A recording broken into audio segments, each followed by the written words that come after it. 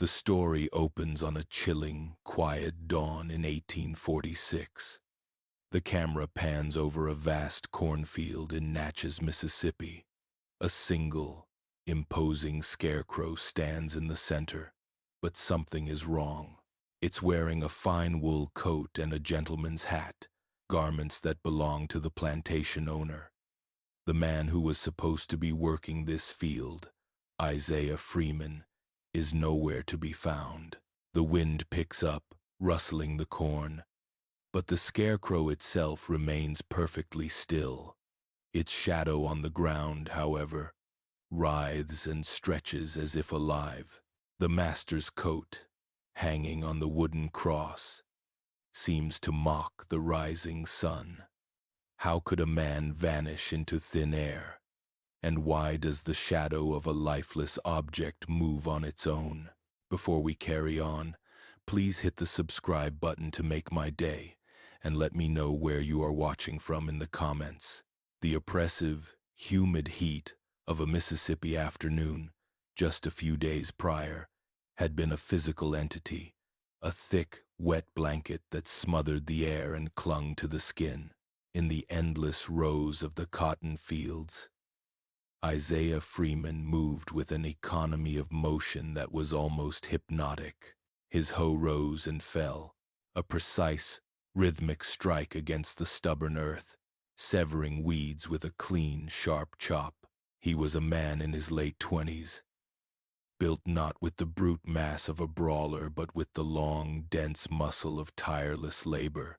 His strength was apparent in the fluid power of his movements, but his most remarkable feature was his eyes. They were intelligent, watchful, and missed nothing, from the faintest tremor of a leaf to the subtle shift in an overseer's posture. They were eyes that saw the world as it was and dreamed of what it could be. From the shaded veranda of the great house, Master Thompson observed the work. A man in his 50s, he was meticulously, almost unnaturally, dressed for the sweltering climate in a starched collar and dark trousers. His demeanor was one of cold, absolute control. His plantation, a sprawling enterprise of cotton and corn, ran on a foundation of rigid order and the pervasive fear he so carefully cultivated. He prided himself on his efficiency, on the silence that fell over the fields when his gaze swept across them. That gaze was a physical weight, a pressure on the backs of the enslaved that was as real as the sun's punishing rays. The air itself seemed to carry the scent of his authority, mingling with the smells of damp earth, sweat, and the faint, sweet perfume of the magnolias that bloomed near the house, their beauty a cruel irony in a landscape of bondage. Far from that scrutinizing gaze, in a small, weathered cabin nestled among a dozen others, was the center of Isaiah's world. There, his wife, Sarah, moved with a quiet resilience, her love for him a fierce, unspoken force that fortified them both against the daily degradations. Their daughter, Ilara, was 5 years old, a bright, inquisitive spark of innocence in a world determined to crush it. Her laughter in the evenings was a melody that, for a few precious hours, could almost drown out the rhythmic, mournful sound of the crickets and the distant, haunting call of the whip-poor-will. Sarah's hands were calloused from her own labors, but they were gentle when they touched Isaiah's face, her presence a balm on the raw wounds of his spirit. In the stolen moments of twilight, after the last meal had been eaten and the day's work was finally done, Isaiah and Sarah would sit on the packed earth stoop of their cabin. The air would cool just enough to be bearable, and the fireflies would begin their silent, blinking dance in the tall grass. It was in one such moment that Isaiah broke the weary silence. his voice a low whisper that was barely more than a breath of air. "I saw the North Star again last night, Sarah," he murmured, his eyes fixed on the darkening sky where the first stars were beginning to appear. "It doesn't move. Stays right there, pointing the way. A promise." Sarah's hand, which had been resting on his knee, clutched his with a sudden, desperate strength. She looked at his profile, the strong line of his jaw silhouetted against the fading light, and her face was a canvas of conflicting emotions, hope warring with a deep, primal terror. "It's a dangerous promise, Isaiah," she whispered back, her voice trembling. The promise of the North Star was the promise of freedom, a word so potent and so perilous it was rarely spoken aloud. It was a dream that had led many to their deaths. Their bodies returned as a grim warning to the others. Their conversation was cut short by the sight of Master Thompson strolling along the edge of the main lawn, enjoying the evening chill that was, for him, a pleasant respite. He had recently acquired a new coat, a garment of fine dark wool imported from England, and he took immense pride in it, wearing it even when the weather barely warranted it. It was a symbol of his wealth and status, another layer of insulation between himself and the world his slaves inhabited. Isaiah watched him, his gaze lingering on the coat, the fabric, the cut, the way it hung on Thompson's shoulders.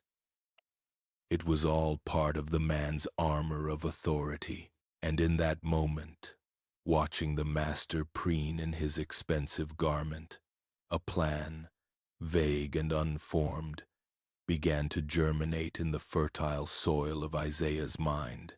The next day, Isaiah was assigned a task near the main house, repairing a section of splintered railing on the wide veranda. It was a position of trust, a testament to his skill and his perceived docility. Master Thompson sat nearby in a wicker chair, reading a newspaper, his new coat draped carelessly over the back of an adjacent chair. As Isaiah worked, he positioned himself carefully, with a movement that appeared entirely accidental. He allowed the edge of a rough plank he was carrying to snag on the sleeve of the coat. There was a soft, tearing sound, shockingly loud in the quiet afternoon. Isaiah froze, his face a mask of horror. He dropped the plank and rushed to the chair, lifting the coat to reveal a small, but undeniably noticeable, L-shaped tear in the fine wool. He apologized profusely, his head bowed, his voice filled with a convincing display of shame and fear.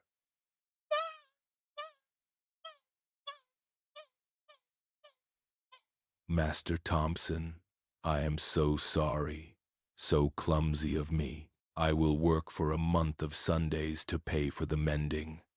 Thompson rose, his face contorted with fury. The coat was new, a point of pride.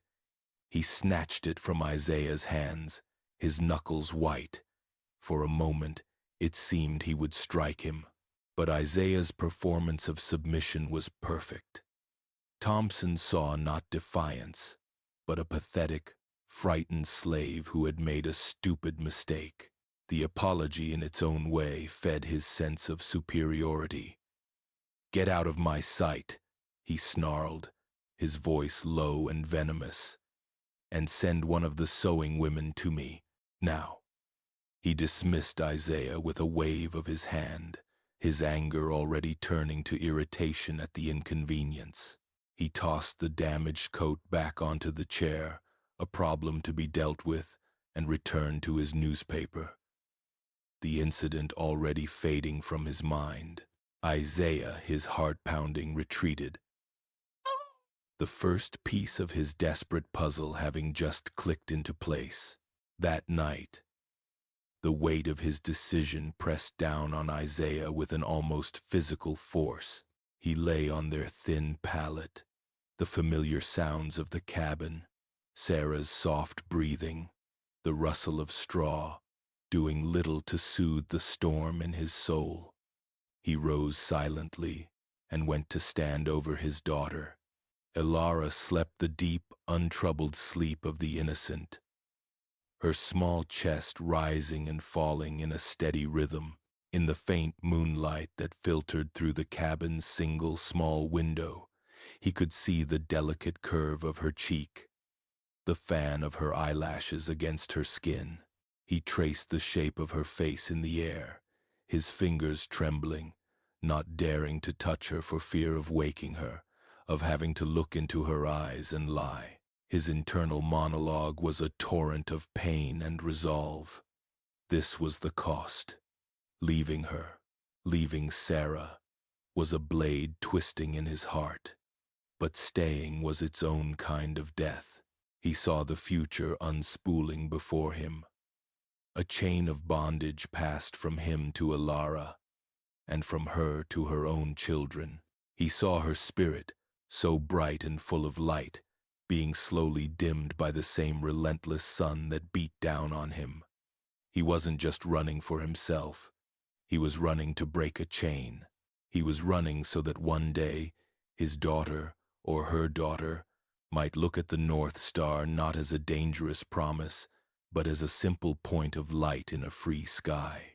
The certainty of their bondage was a slow, grinding agony. The uncertainty of escape was a terrifying, sharp-edged hope. He chose hope. The night of the escape was moonless and heavy, the air thick with the scent of coming rain. The world was shrouded in an inky blackness that swallowed sound and light. Isaiah slipped from the cabin, a ghost in the darkness. He had watched, and he knew. The mended coat had been returned to Thompson that afternoon, and the master, pleased with the near-invisible repair, had worn it to dinner before once again leaving it on the veranda chair as he retired for the night. Isaiah moved with a predator's silence, his bare feet making no impression on the damp earth. He reached the veranda, his heart a frantic drum against his ribs. He took the coat. The wool was soft and heavy in his hands, smelling faintly of the master's cologne and the wood smoke from the great house's hearth. He did not run for the woods. He did not seek the cover of the swamp.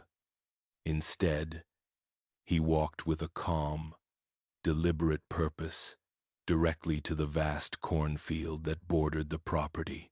The stalks, nearly ready for harvest, rose high above his head, their leaves rustling like 1,000 whispering voices. In the center of the field, a crude cross of wood and straw stood sentinel, a scarecrow meant to frighten away the crows. It was a pathetic, slumped figure, dressed in tattered rags that had long ago lost their color. Isaiah stopped before it. This was not just an escape. It was a sermon. It was a message. In a slow, deliberate ritual, he began to undress the scarecrow, pulling away the damp, rotting rags and casting them aside. Then, with the same careful precision, he dressed the wooden frame in Master Thompson's fine wool coat. He straightened the lapels and smoothed the shoulders, making it hang just so. He took the master's hat, which he had also taken from the veranda, and placed it firmly on the burlap sack head. The transformation was grotesque and powerful. The scarecrow, once a figure of ridicule, now wore the symbols of the master's power. It stood there, a silent, mocking effigy in the heart of the plantation. It was an act of supreme defiance, a final, symbolic rejection of his bondage. Isaiah looked at his creation one last time, a grim satisfaction settling in his chest. Then he turned, and without a backward glance, melted into the deep darkness at the edge of the field, vanishing as completely as a breath in the night. Dawn broke not with a gentle blush, but with a sharp, angry gash of crimson across the eastern horizon. The first light spilled over the fields, catching the dew on the corn leaves and making them glitter like a million tiny shards of glass. It was this light that found Finch, the plantation's overseer, on his morning rounds. Finch was a man carved from granite and gristle, his pragmatism as brutal as the leather whip he carried coiled at his hip. His world was one of straight lines, predictable outcomes, and the simple application of force. What he saw in the center of the cornfield belonged to none of those categories. He stopped, his boots sinking slightly into the damp earth, and squinted.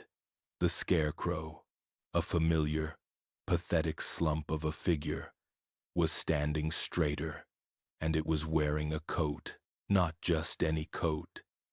Even from a distance, he recognized the fine cut and dark wool of Master Thompson's prized garment. His first reaction was a surge of pure, hot rage. He saw it as a prank, a childish, insolent gesture of defiance that demanded a swift and brutal answer. Someone was going to pay for this. He started marching toward the Scarecrow, his heavy boots crushing the damp soil, his mind already composing the speech of terror he would deliver to the assembled slaves. He would find the culprit, and he would make an example of them that would be remembered for a generation. As he drew closer, the full absurdity of the scene struck him. The master's hat was perched on the burlap head, and the coat was buttoned neatly over the straw-stuffed chest. It was a silent, theatrical mockery.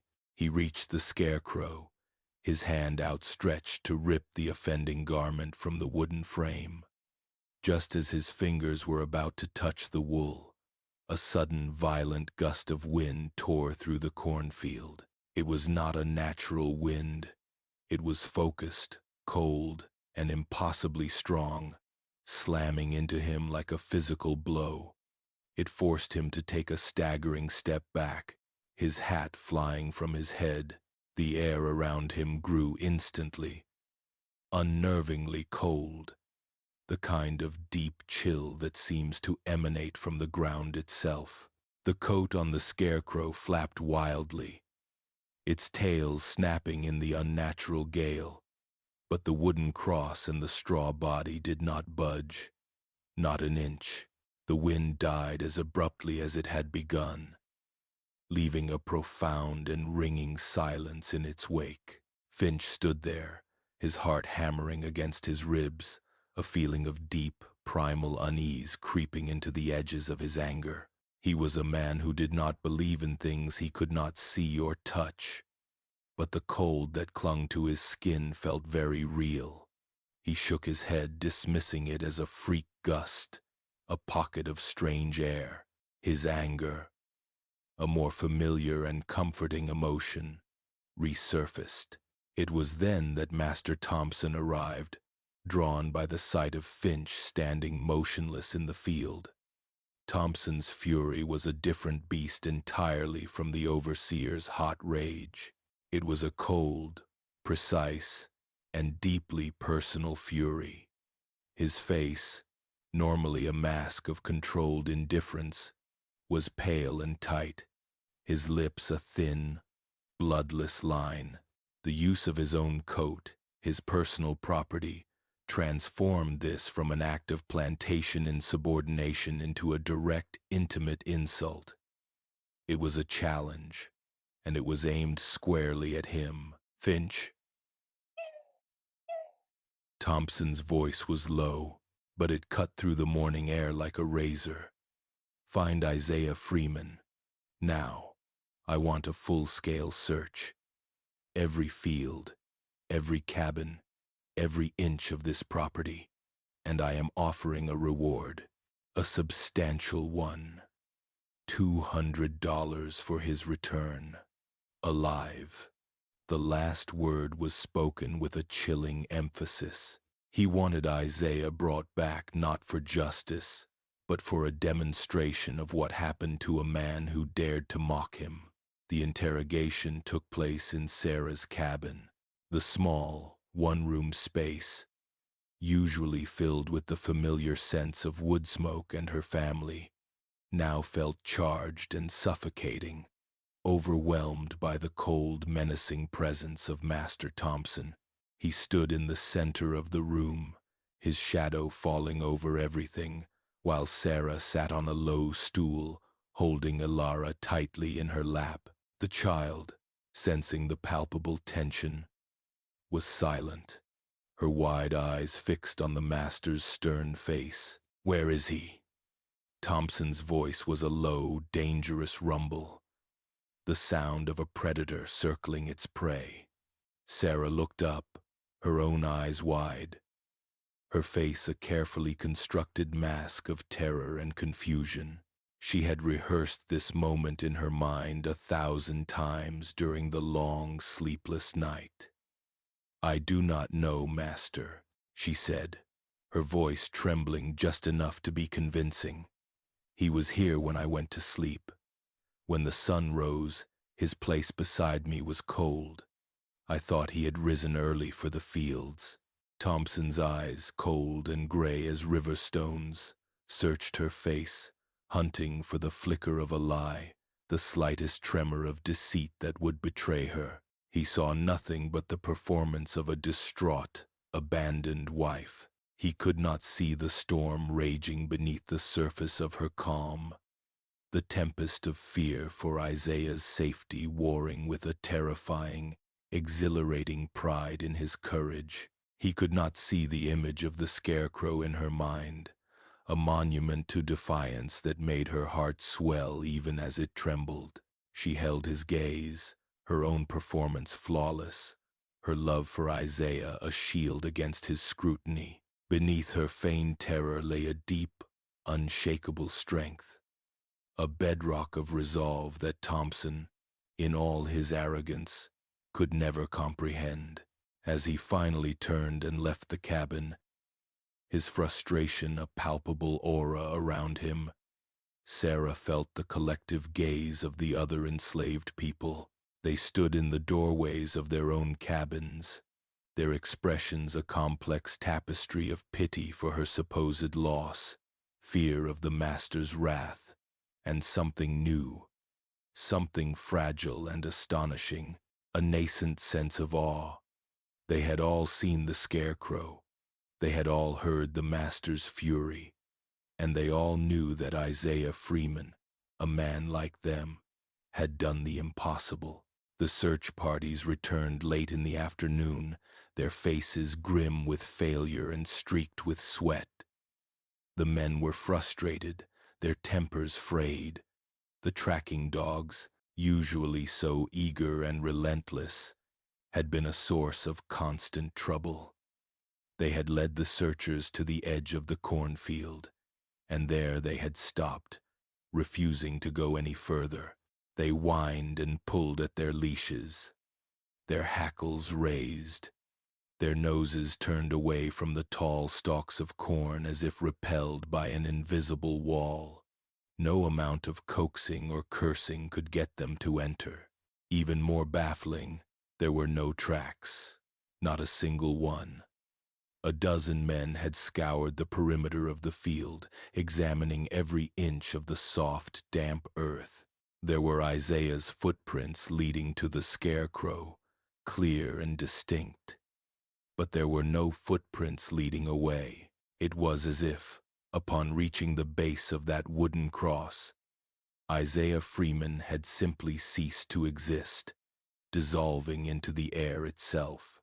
The searchers reported back to Thompson, their voices laced with a nervous uncertainty. They were men of the earth, men who understood tracks and signs, and what they had found, or rather, what they had not found, defied all logic. As the sun began to set, casting long, distorted shadows across the plantation, the first strange occurrences began. A mule team, being led to the barn, suddenly refused to walk past the rows of corn nearest the Scarecrow. They reared and fought against their harnesses, their eyes rolling in terror, their panicked brays echoing in the twilight. Finch, his patience already worn thin, tried to force them forward, cracking his whip in the air.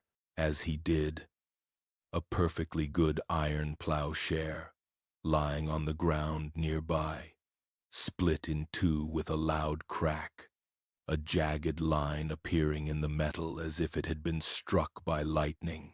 Finch stared at it, his mouth agape. Later that night, a set of hoes and shovels that had been left neatly stacked at the edge of the field were found the next morning scattered and half buried in the dirt, as if a malevolent child had been playing with them. The whispers began then, quiet as the rustle of dry leaves, but spreading just as quickly. They moved through the slave quarters, passed from cabin to cabin in the deep of the night. They spoke of the dogs, of the lack of tracks, of the cracked plowshare. They spoke of the cold spot by the Scarecrow and the unnatural stillness of the figure in the master's coat. The story of Isaiah's disappearance was already beginning to change.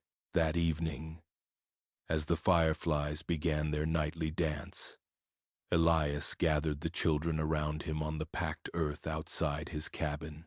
He was an elderly man, his face a roadmap of wrinkles, his eyes holding the deep, quiet wisdom of one who has seen too much of life's sorrow. He was a respected storyteller, a keeper of the old ways and the old tales that connected them to a life before bondage, to a land across the sea. As the children settled, their small faces upturned and eager, Elias began to speak, his voice a low, melodic hum. He did not speak of Isaiah. Instead, he told a folk tale, an ancient story from the heart of Africa. It was the story of a great warrior, a man who loved his people so fiercely that when he died, his spirit refused to leave them. It became one with the wind and the soil, a guardian that watched over them, protecting them from harm. He described how the spirit would chill the air to warn of danger, how it could move objects to thwart the plans of their enemies, how it drew its strength from the faith and memory of the people it protected. As he spoke, his gaze drifted over the heads of the children and settled directly on Sarah, who was standing in the shadows at the edge of the small crowd. His words, though meant for the children's ears, were a clear and direct message to her, a message of solidarity and a subtle warning. Spirits born of sorrow are powerful, he said, his voice dropping to a near whisper, his eyes holding hers. But they need faith to keep them strong. They need to be remembered. They need to be fed with our belief. The story settled over the quarters, planting a seed. It was a seed of a supernatural explanation, a way to understand the impossible. It began to transform Isaiah's desperate act of rebellion into something more, something magical.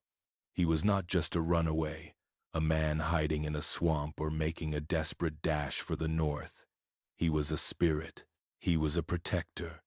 The legend of the Natchez Scarecrow had begun, and in the heart of the oppressive plantation, a new and powerful kind of hope was taking root. Weeks bled into a month, and the Natchez sun beat down with relentless intensity.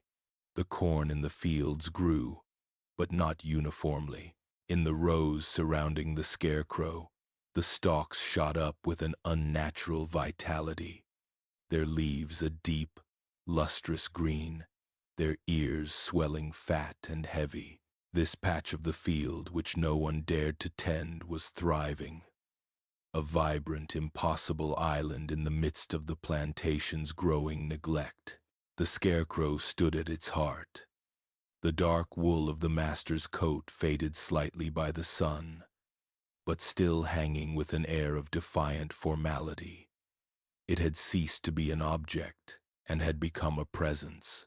Master Thompson had changed. The man who prided himself on overseeing every detail of his domain now rarely set foot in the fields. Instead, he confined himself to the shaded veranda, a prisoner in his own great house. In his hand, he held a brass spyglass, a tool he had once used to survey his vast holdings and the people he owned. Now, its lens was trained on a single, unmoving point, the figure in the cornfield. For hours on end, he would sit in his wicker chair, the spyglass pressed to his eye. He scanned every inch of the Scarecrow, from the tilt of the hat to the drape of the coat, searching for some rational clue, some sign of trickery. He found none. His mind, once a fortress of logic and cold calculation, was now a battlefield. He did not believe in ghosts or spirits, he told himself. Such things were the province of the ignorant, the fanciful tales his slaves whispered in the dark. Yet, he could not explain the dogs. He could not explain the absence of tracks. He could not explain the palpable cold that still seemed to linger in the air around that central point in his field. He began to see Isaiah's intelligence in the Scarecrow's silent stillness, a calculated, patient defiance that was far more unnerving than any open rebellion. The Scarecrow was no longer a prank. It was a monument to his failure, a testament to his inability to control one man. That single public failure was a cancer, eating away at his authority, at his sanity, and he was locked in a personal battle of wills with a man who wasn't there, a ghost made of straw and stolen wool. The oppressive heat of a sweltering afternoon finally brought the simmering tensions to a boil. The work in the fields had slowed, the movements of the enslaved people taking on a subtle, deliberate lethargy that was just shy of outright insubordination. Finch, his face perpetually flushed with anger and frustration, felt his authority slipping away like sand through his fingers. He needed to make a point. He needed to remind them of the old order, of the sharp, stinging reality of the whip. His eyes scanned the workers and landed on a young boy, no older than 12, who had stumbled and dropped a bucket of water, spilling a precious portion onto the thirsty ground. It was a small mistake, an accident born of exhaustion. But for Finch, it was the perfect excuse. He grabbed the boy by the arm, his fingers digging into the thin bicep, and began to drag him toward the edge of the cornfield. A hush fell over the other workers. They stopped their tasks, their eyes following the grim procession. Finch was making a show of it, his voice loud and cruel. This is what happens to laziness. This is what happens when you forget your place. He shoved the boy to his knees in the dirt, just a few feet from the first row of unnaturally tall corn. The Scarecrow stood in the distance, a silent observer. Finch uncoiled his whip, the familiar weight of it in his hand a comforting reassurance. The sun beat down, casting a sharp, clear shadow from the Scarecrow, a dark, elongated shape that stretched across the ground. As Finch raised his arm, drawing the whip back for the first brutal strike, the shadow moved. It did not move with the sun. It stretched, darkening and elongating at an impossible, terrifying speed. It flowed across the ground like a river of black ink, a living tendril of darkness. Before Finch could even process what he was seeing, the shadow wrapped around his ankles, not like a trick of the light, but like a physical, coiling rope. He cried out, a strangled gasp of shock and disbelief, as his feet were pulled out from under him. He fell hard, the air knocked from his lungs, his face hitting the dirt.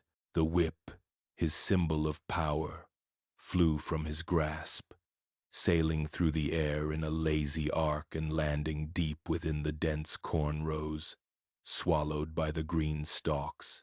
For a long moment, there was absolute silence. The other workers stood frozen, their faces a mixture of shock and a new dawning emotion. The raw physical fear they held for Finch was momentarily eclipsed by a profound, heart-stopping awe.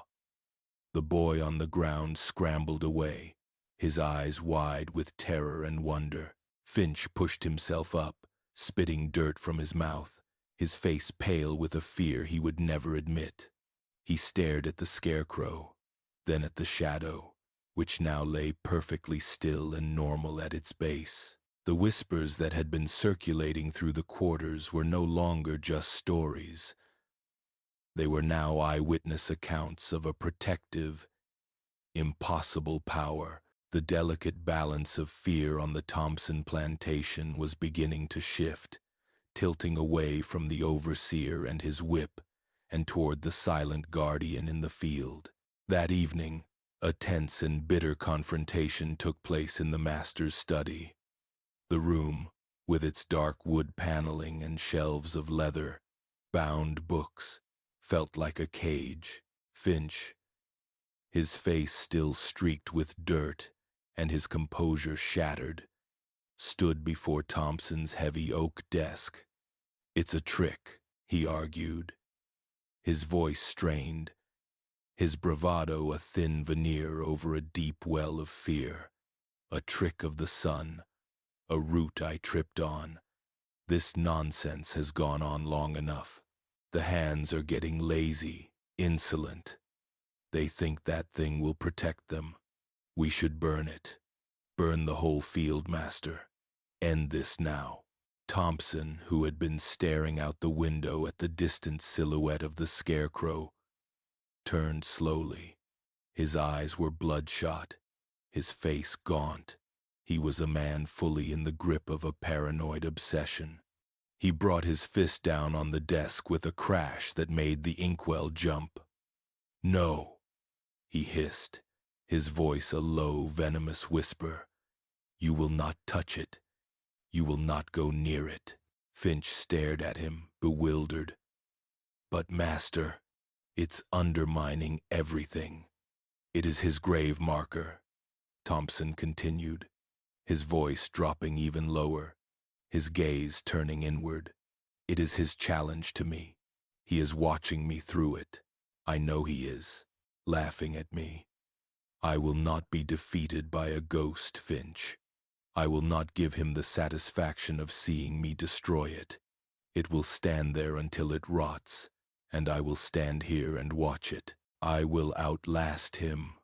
Thompson's refusal, born of his unraveling pride, had an immediate and profound effect. His command to leave the Scarecrow untouched solidified its power in a way the slave's whispers never could. It was now an untouchable shrine, officially sanctioned by the Master's own madness.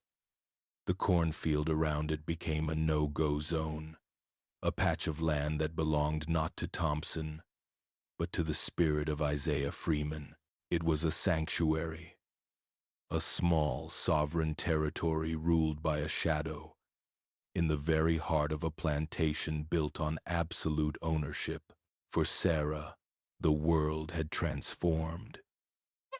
She felt Isaiah's presence, not as a haunting, but as a constant, comforting warmth.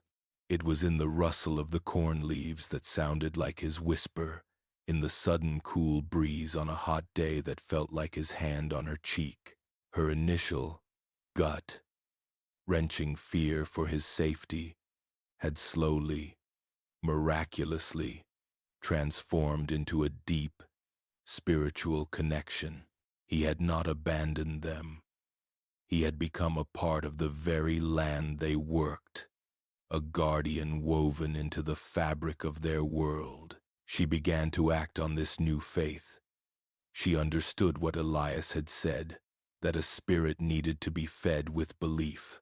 Her belief was strong, but she felt the need to give it form, to make it tangible. Under the cover of twilight, when the day's work was done and the overseer's eyes were elsewhere, she would slip away to the edge of the forbidden cornfield. There, in the tall grass where the field met the path, she would leave small, secret offerings. Some days it was a cup of cool water, a silent prayer that he would not know thirst. Other days it was a piece of cornbread saved from her own meager portion, a hope that he would not know hunger. And sometimes, when she found a particularly beautiful wildflower growing by the creek, a splash of purple or yellow in the monotonous green and brown of her world, she would pick it and leave it at the field's edge, a small offering of beauty for the spirit that was protecting them. It was her way of communing with him, of tending to the fragile, powerful magic he had left behind. It was her way of feeding the spirit that Elias had spoken of, nurturing the legend that was becoming their salvation. The change came with the weather. A violent, late-season thunderstorm rolled in from the west, a bruised and churning wall of purple and gray clouds that swallowed the afternoon sun whole. The air, once thick with oppressive heat, grew heavy and electric, charged with the smell of ozone and damp earth. Then the sky broke open. Rain came down not in drops, but in solid, wind-driven sheets that lashed the plantation, turning the dusty paths to slick, running mud. The wind roared like a freight train, a constant deafening howl that tore at the shingles of the great house and rattled the window panes in their frames until it seemed the glass must surely shatter. It was a storm of biblical fury, a tempest that sought to scour the very land clean. In the heart of the chaos, in the center of the cornfield, the Scarecrow stood its ground. The wind flattened the tall corn stalks around it, bending them almost to the ground in great sweeping waves. The rain plastered the faded wool of the master's coat to the straw-stuffed frame, but the Scarecrow itself remained unnaturally, impossibly still. It did not sway, it did not shudder, it did not bend. It was a fixed point, an anchor of silent defiance in a world gone mad with motion.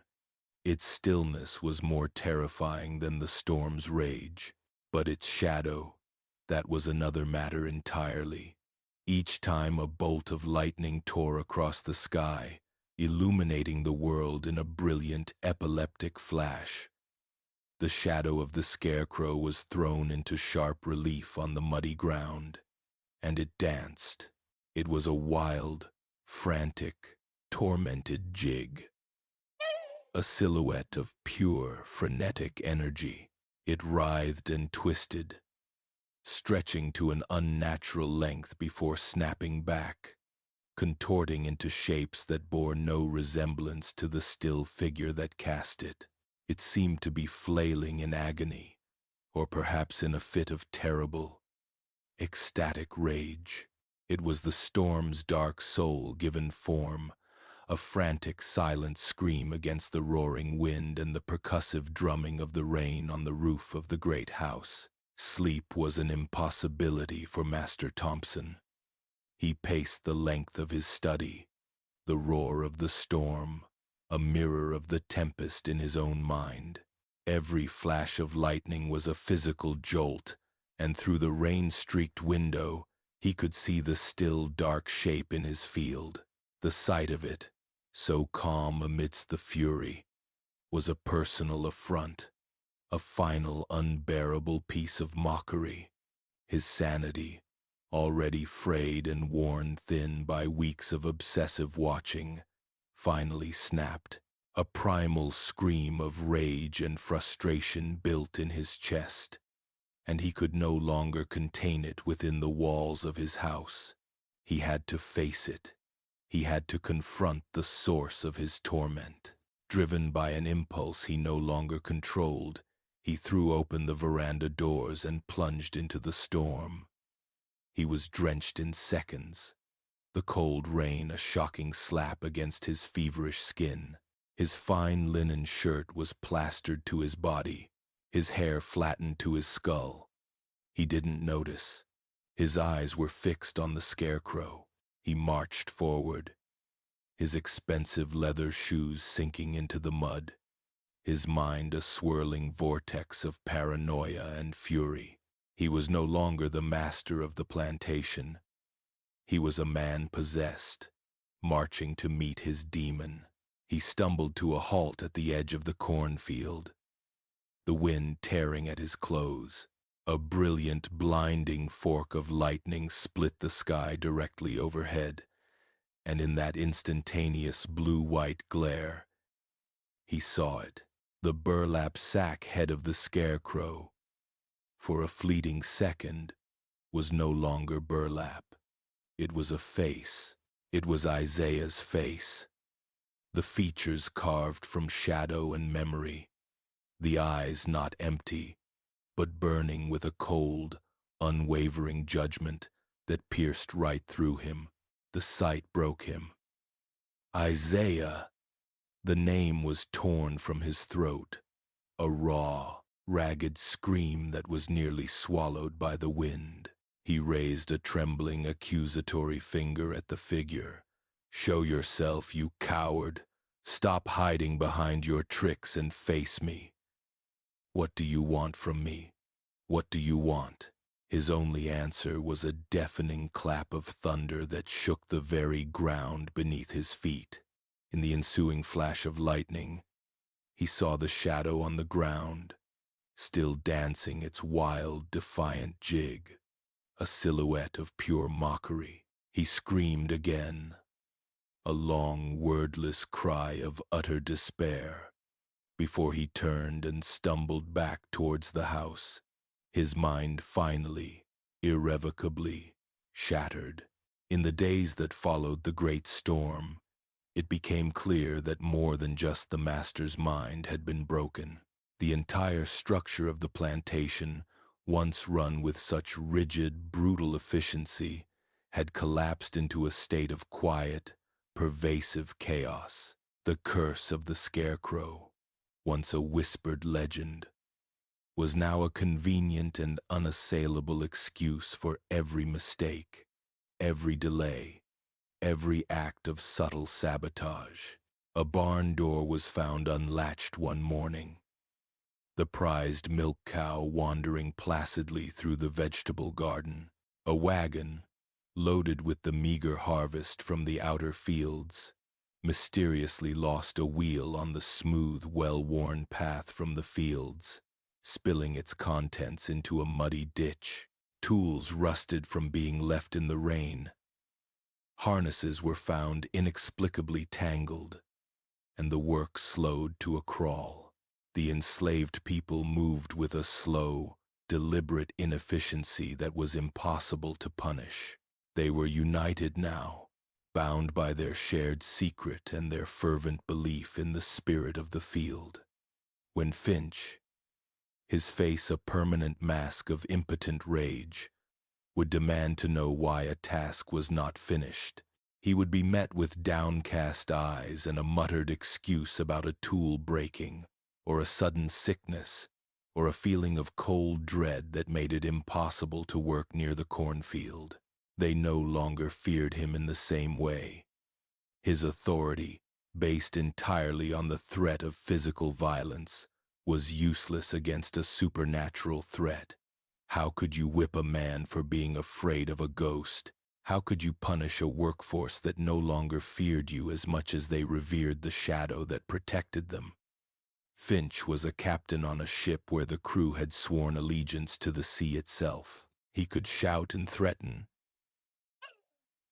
but he could no longer steer the vessel.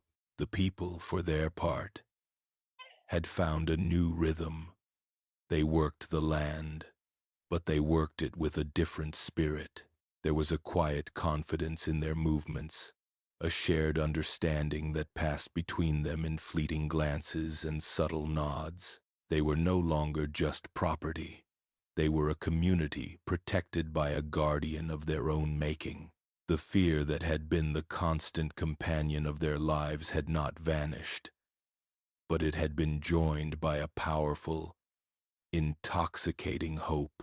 They were still in bondage, but for the first time, they felt as if they held the key to their own cage, even if they had not yet found the courage to turn it. The Scarecrow stood as a silent testament to their collective power, its presence a constant reminder that the foundation of the Master's world was built on sand, and the tide was finally coming in. Elias found Sarah as she was returning from the field's edge, just as the last light of day was fading into a deep, velvety twilight. She had been leaving her offering, a small, perfect ear of corn from the Scarecrow's own vibrant patch. He was sitting on his usual stoop, his old hands methodically mending a fishing net, his movements slow and practiced. He did not look up as she approached, but he spoke, his voice gentle but firm, carrying a weight that made her stop in her tracks. "The spirit is strong, child," he said, his fingers deftly tying a knot in the thin cord. "Maybe stronger than Isaiah ever intended for it to be." He paused, pulling the knot tight with his teeth. "It feeds on our hope. That is true. It gives us strength.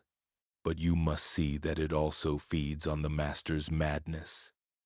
And a Master's madness is a fire that can burn us all." Sarah stood silently, the empty cup she had carried the water in hanging from her hand.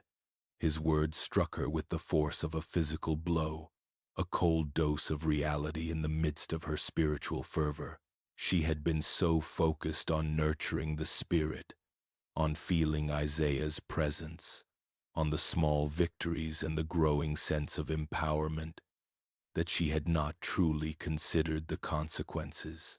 She had seen Thompson's decline, had heard the stories of his screaming into the storm, but she had seen it as a victory, as the just punishment for his cruelty. She had not seen it as a danger. She looked from Elias's bent head towards the great house, where a single lamp burned in the study window, a solitary point of yellow light in the encroaching darkness.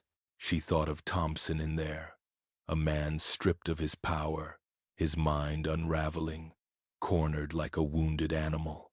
Wounded animals were unpredictable. They were dangerous. Elias was right. The power she had been so carefully tending, the legend she had helped to build with her faith and her offerings, was a double-edged sword. It protected them, yes, but it was also pushing Master Thompson towards a breaking point, a final, violent shattering, and she had no way of knowing what would happen to them all when he finally broke. The legend was no longer just hers, or even Isaiah's.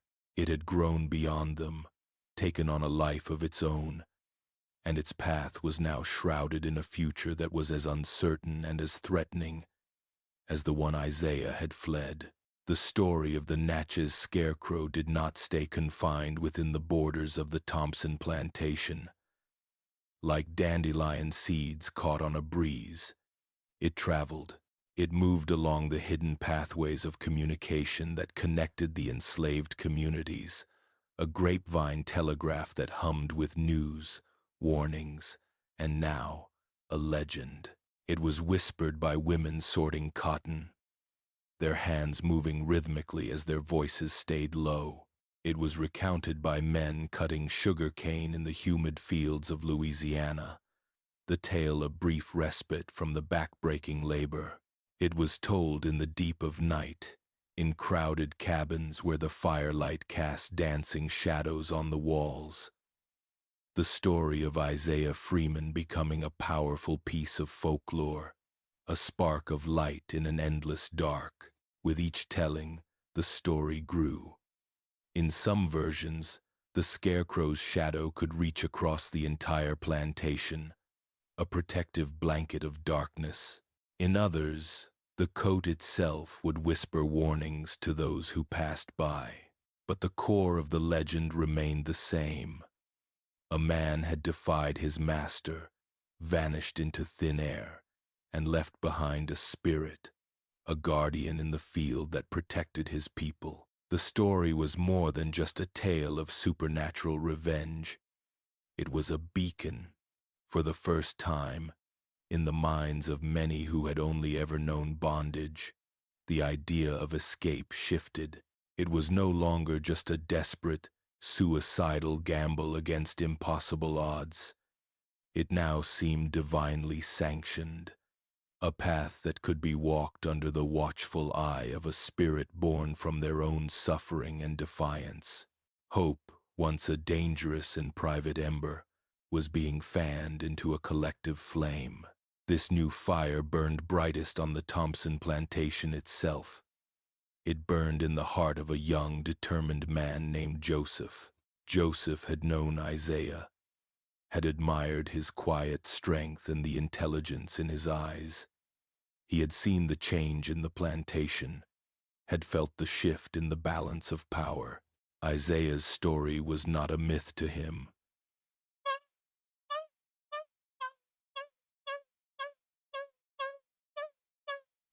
He gathered a small, trusted group around him, 3 other souls who yearned for freedom with an ache that was almost a physical pain.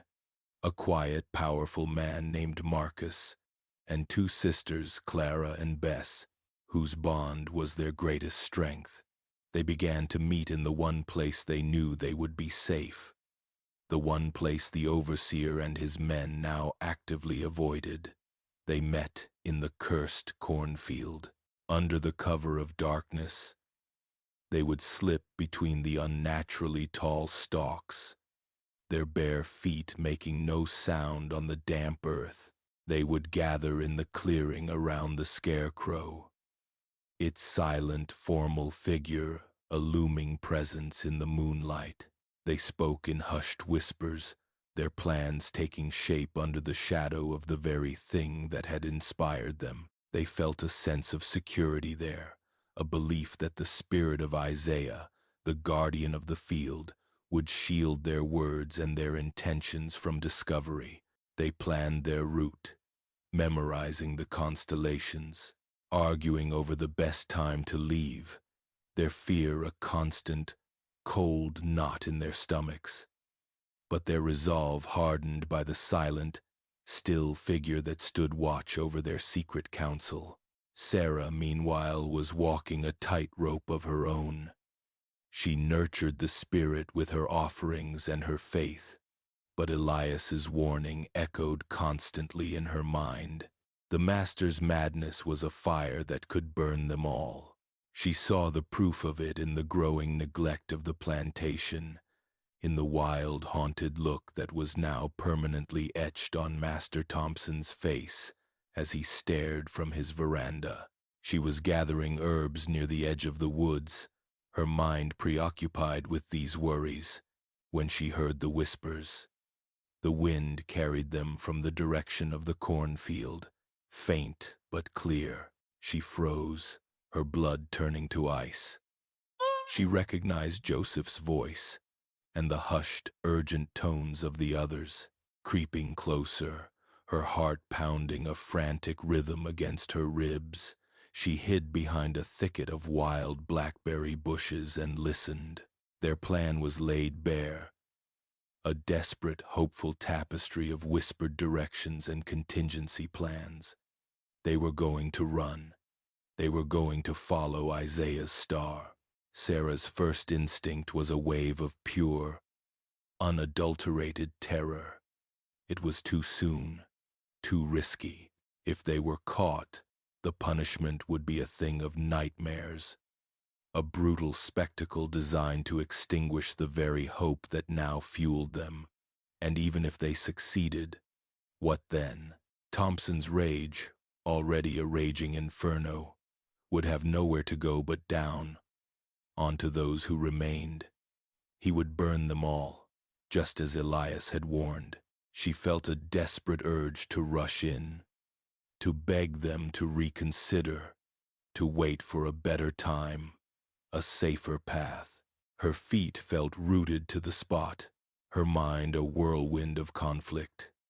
She clutched the small basket of herbs to her chest, her knuckles white.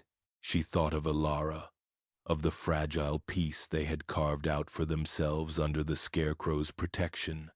This would shatter it. But then, she thought of Isaiah. She thought of his face in the twilight, his voice full of a dangerous promise as he spoke of the North Star. He had not run so that they could live more comfortably in their chains. He had run to break them. Her mind made up, she did not go to Joseph. She went to Elias. She found him mending a fishing net by the creek, his old, gnarled fingers moving with a slow, practiced grace. The setting sun cast a golden light on the water, and the air was calm and peaceful, a stark contrast to the storm in Sarah's soul. "They mean to run," she said, her voice a trembling whisper that was almost lost in the gentle gurgle of the creek. "4 of them. Joseph is leading. They meet in the field." She paused, her throat tight with emotion. "The spirit Isaiah left," she finally asked, the question that had been tormenting her. "Is it for him alone? Was it just for his escape? Or is it for all of us?" Elias did not look up from his work. His eyes remained fixed on the intricate web of knots in his hands. For a long moment, the only sound was the whisper of the cord as he pulled a loop tight. Isaiah didn't just open a door and close it behind him. "Sarah," he said at last, his voice low and steady. He broke the lock. He finally lifted his head, his ancient eyes meeting hers. They were filled not with judgment or fear, but with a deep, sorrowful understanding. "You cannot stop the river from flowing to the sea," he said softly. "You can only clear the rocks from its path." The simple, powerful metaphor landed in Sarah's heart with the force of a revelation. She understood. Isaiah's act was not a singular event. It was the beginning of something. It was the planting of a seed, the breaking of a dam. Her role was not to be a gatekeeper, to cautiously guard the magic he had unleashed. Her role was to be a gardener, to help the seed grow, to clear the path for the river. Her fear did not vanish, but it was overshadowed by a profound sense of purpose. She knew what she had to do. The next evening, as dusk settled over the plantation, Sarah approached Joseph. He was alone, drawing water from the communal well, his shoulders slumped with the weight of his secret and the day's labor. He started when he saw her, his eyes wide with alarm. Certain she had come to question him, to dissuade him. She did not. She said nothing at first, simply pressing a small cloth-wrapped bundle into his hands. He looked down at it, confused. It was heavier than it looked. Inside, he found a generous portion of dried meat and 2 dense loaves of cornbread, a feast by their standards. But beneath the food was something else, something far more valuable. It was a piece of cured bark, smooth on one side. Scratched into its surface with a piece of charcoal was a map. It was crude, not to any real scale, but it was filled with an astonishing amount of detail. It showed the swamps and creeks for miles around the plantation, marking the shallow fords, the hidden game trails, the thickets that offered the best cover. And there were other markings, symbols she had devised herself, indicating which plantations were heavily patrolled and which had sympathetic souls who might offer a crust of bread or a moment's shelter. It was a map of a world Isaiah had only ever dreamed of, a map she had pieced together from 100 whispered conversations in the dark, from every scrap of information he had ever shared with her about his desperate, hopeful plans. Joseph stared at the map, his breath catching in his throat. This was more than just food, more than just a path. This was a blessing. This was Isaiah's legacy, passed from his hands to hers, and now to his. He looked up at Sarah, his eyes shining with unshed tears of gratitude and awe.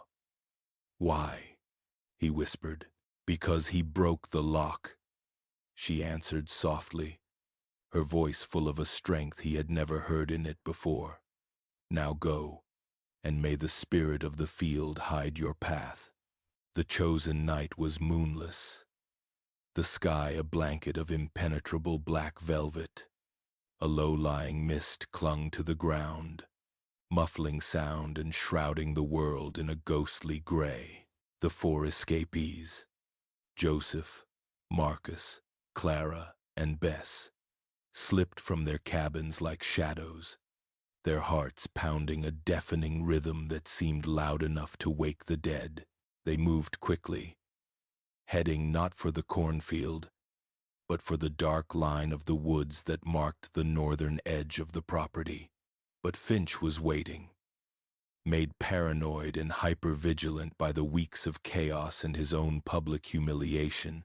He had taken to patrolling the perimeter himself, accompanied by 2 other hired men, their belts heavy with pistols and knives. They were hidden in a ditch, their eyes scanning the fields, when they saw the fleeting movement, 4 dark shapes detaching themselves from the deeper shadows of the quarters and moving towards the woods. Finch felt a surge of triumphant, venomous glee. This was it. This was his chance to restore order, to prove that the spirits and shadows were no match for powder and lead. "Wait," he whispered to his men, his voice a low growl. "Let them get clear of the cabins. We'll take them at the tree line." They let the group get within 50 yards of the woods, close enough to taste freedom, before they made their move. "Now," Finch hissed, and the 3 of them rose from the ditch, their pistols drawn, just as Finch opened his mouth to shout the alarm, to raise the cry that would bring the whole plantation running. It happened. A thick, cold, unnatural fog came billowing out of the cornfield. It did not roll in slowly. It erupted, a silent, gray explosion that poured across the fields with astonishing speed. One moment, the path was clear. The next, it was gone, swallowed by a wall of impenetrable mist. The fog was shockingly cold, and it carried a strange, distinct smell, the scent of freshly turned earth, of deep, damp rot, and the sharp, electric tang of ozone, the very smell that had lingered after the great thunderstorm. It engulfed Finch and his men, blinding them instantly. They could not see their own hands in front of their faces. The world was reduced to a swirling gray nothingness. They cried out in alarm, their voices sounding flat and dead in the thick air. They stumbled around, disoriented and confused, bumping into each other, their lungs filling with the cold, damp air that made them cough and choke. Panic set in. They were lost, blind, and terrified, trapped in a cold, wet shroud that had appeared from nowhere. The fog lingered for what felt like an eternity, but was likely no more than 3 or 4 minutes. Then, As quickly and as silently as it had appeared, it receded, drawing back into itself and dissipating into the night air, leaving behind only a profound chill and the smell of damp soil. The moon, as if on cue, slipped from behind a cloud, bathing the field in a pale, silvery light. Finch and his men stood blinking, their eyes adjusting to the sudden clarity. The field was empty. The path to the woods was clear. Of Joseph and the others, there was no sign. They were long gone, vanished into the night, their escape shielded by a miracle of fog and shadow. The spirit of the field had acted, not with a whisper or a trick of the light, but decisively, powerfully, to protect its own. The news came with the morning sun, delivered by a pale and trembling Finch. 4 gone, not just runaways, but vanished, swallowed by a fog that had appeared from nowhere and disappeared just as mysteriously. For Master Thompson, the words were not just a report of lost property. They were the final, crushing hammer blows against the crumbling facade of his authority. The financial loss, while significant, was a mere footnote. What mattered was the mockery. What mattered was that his power, once as absolute and unquestionable as the sunrise, had been rendered utterly impotent. 4 more had followed Isaiah's path, protected by Isaiah's ghost, and he, the master, had been unable to stop it. All his rage, his weeks of paranoid obsession, his humiliation, all of it coalesced into a single, white, hot point of focus. It was the Scarecrow, the silent, mocking effigy in his field.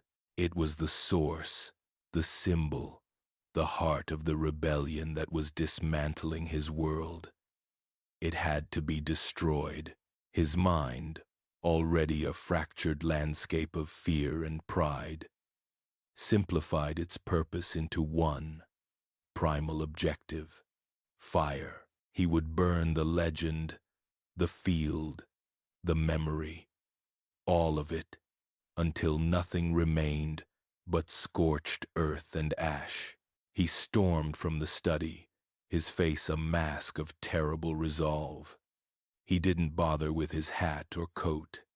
He strode through the great house, his boots echoing on the polished floors, and into the kitchen. The cook, a woman named Hattie, shrank back against the wall as he approached the great hearth. Without a word, he reached in and seized a burning log from the fire, a long piece of oak that glowed with a malevolent orange light, trailing sparks and smoke. He turned and marched out the back door, the lit torch held high like a terrible scepter. He was going to war. As Thompson stormed across the manicured lawn and onto the muddy path leading to the cornfield, a deathly silence began to fall over the plantation. It was not a peaceful quiet. It was a heavy, oppressive silence, as if the world itself was holding its breath. The chirping of the crickets, the lazy buzz of flies, the distant call of a bird, all of it just stopped. The wind, which had been a constant, gentle whisper through the trees, died completely. The air became thick, still, and unnervingly cold. The workers in the distant fields froze, their hoes halfway to the ground, their eyes fixed on the master's determined, frantic march. They could feel the change in the air, a pressure building, a sense of an impending, terrible judgment. Thompson, lost in the furnace of his rage, noticed none of it. His eyes were locked on his target, the dark figure standing in the center of the vibrant green corn. He reached the edge of the field, his breath coming in ragged gasps, a mixture of exertion and fury. He stood before the Scarecrow, the torch held high, its flames licking at the still air. The midday sun was directly overhead, bright and unforgiving. The shadow of the Scarecrow should have been a small, dark puddle directly at its base. It was not. It was a long, sharp, impossibly dark shape that stretched out before it, pointing directly at him. As he watched, his mind struggling to comprehend what his eyes were seeing, the shadow began to change. It darkened, from a simple absence of light to a patch of absolute light, devouring blackness. Then, with a slow, deliberate grace that defied all laws of nature, it began to peel itself off the ground. It was no longer a two-dimensional shape. It rose, coalescing not into a man but into a three-dimensional column of pure darkness and palpable cold.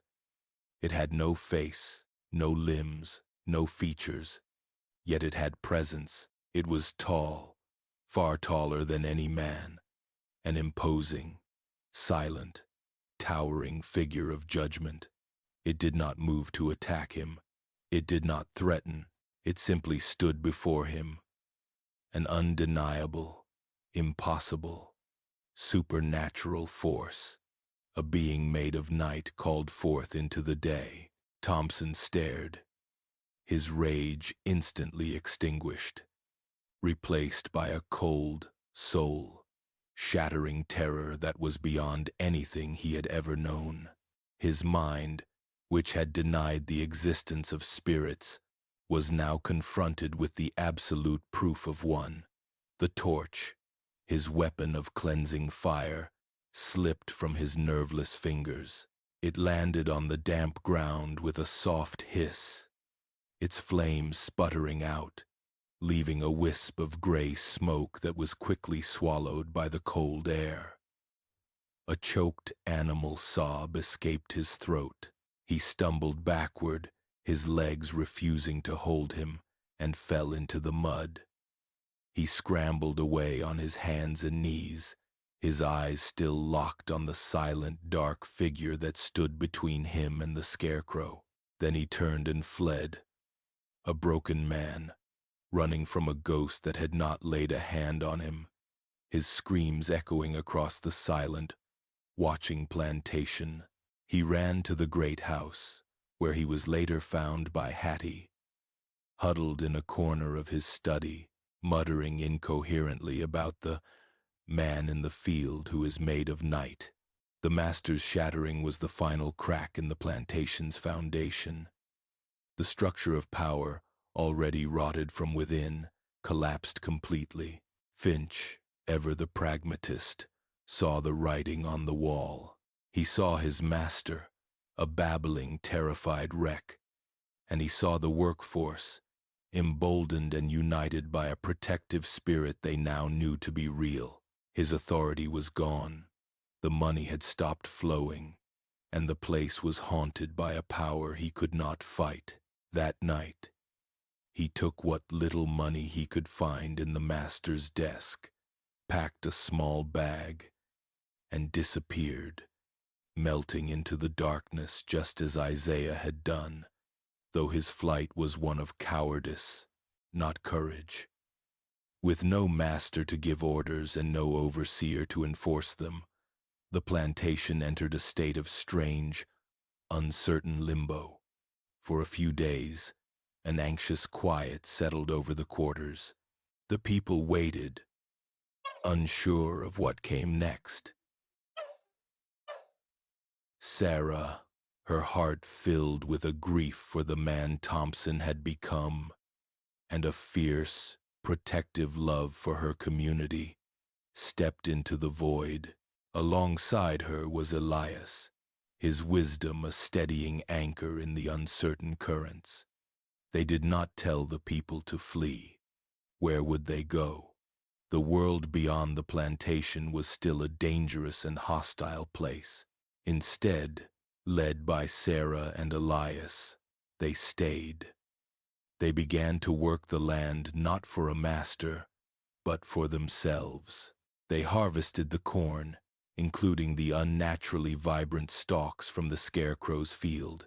their movements no longer slow with sabotage but quick with purpose. They tended the gardens, repaired the fences, and created a new community in the ruins of the old one. The great house remained empty, a hollow monument to a broken tyranny. The Scarecrow remained in the field, a silent, ever-present guardian. Its shadow, however, had changed. It no longer writhed or danced. It rested peacefully at its base, a normal shadow, its great and terrible work seemingly done. It was now a symbol not of defiance, but of their survival, a constant reminder of the man who had broken the lock. Years passed. The seasons turned, and the land, now tended with care and love, began to heal. The whispers of war that had been on the horizon grew to a roar, and then, finally, faded into a new, uncertain peace. The Emancipation Proclamation was signed, a piece of paper in a faraway city that confirmed a freedom they had already claimed for themselves. The community on the old Thompson plantation thrived. It was a small, isolated pocket of a new world, a place built on shared labor and shared hope. One late afternoon, in the autumn after the war had ended, a lone figure was seen walking up the overgrown path that led to the main house. He was an older man, his hair touched with gray at the temples, his face etched with the lines of hardship and wisdom that only time and trial can carve. He walked with a slight limp, but his posture was straight and proud. As he drew closer, a woman who was hanging laundry on a line near the house paused, her hand shielding her eyes from the setting sun. It was Sarah. Her own hair was now streaked with silver, but her eyes were as clear and strong as ever. She stared, her heart stopping in her chest. Beside her, a young woman of about 20, with her father's intelligent eyes and her mother's resilient spirit, also turned to look. It was Ilara. The man stopped at the edge of what had once been the lawn. It was Isaiah. The reunion was not one of loud cries or frantic embraces. It was a thing of profound, quiet emotion, too deep for simple words. Sarah walked slowly towards him, her hands trembling. Tears streamed down her face, but she was smiling. Ilara followed, her own eyes wide with a mixture of disbelief and a dawning miraculous joy. He had been a story, a legend, a ghost in a field for most of her life, and now he was flesh and blood. Isaiah opened his arms, and his family came into them. They stood there for a long time, a silent trinity, the years of separation and sorrow melting away in the warmth of their embrace. Later, as the sun dipped below the horizon, casting the world in hues of orange and purple, Isaiah walked alone to the edge of the cornfield. The Scarecrow was still there. It was slumped and weathered, the tattered remnants of the master's coat clinging to its wooden frame like ancient moss. It was no longer a figure of mockery or terror, but a familiar, comforting landmark, a part of the landscape of their lives. Isaiah stood before it, the symbol of his sacrifice, the catalyst for their survival. He looked at the place where a man had vanished and a legend had been born. He gave it a slow, solemn nod, a gesture of gratitude, of acknowledgement, of farewell. As he did, a gentle breeze rustled the dry corn stalks. The shadow on the ground, which had held a strange, perfect stillness for all these years, finally relaxed. It softened, stretched, and moved with the setting sun, becoming a normal, simple shadow once more. The spirit's long watch was over. The man had returned. The story of Isaiah Freeman concluded not with a vanishing, but with a homecoming. He, Sarah, and Alara stood together, looking out over the fields they now owned, the fields they would pass on to their children, free and clear. The Scarecrow remained, a permanent monument not to a ghost, but to an idea, the unshakable truth that a single act of defiance, fueled by love and a desperate hope for the future, can plant a seed of freedom that no one, no master, no madness, can ever uproot.